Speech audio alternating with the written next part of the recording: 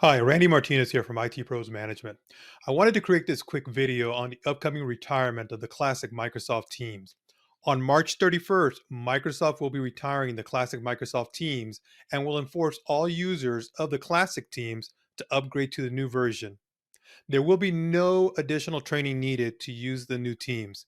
This upgrade is designed to provide a faster performing Teams while using less memory, as well as adding some new features. There are a few things that can be done to start using the new Microsoft Teams. The first, you can manually switch to current classic Teams by selecting the Use New Team switch in the upper left corner of the current classic Teams. If you see that switch, then you are using the classic Teams. If you don't see that switch, then you are already using the new Teams. The other thing that we as the Teams administrators will be doing in the next few days is switching the organization's team settings to enforce the new Teams.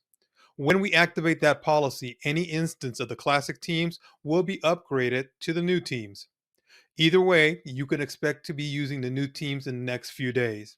If you have any questions or support needs with Teams, please feel free to contact us at helpdesk at itprosmanagement.com or give us a call at 800 261 6882.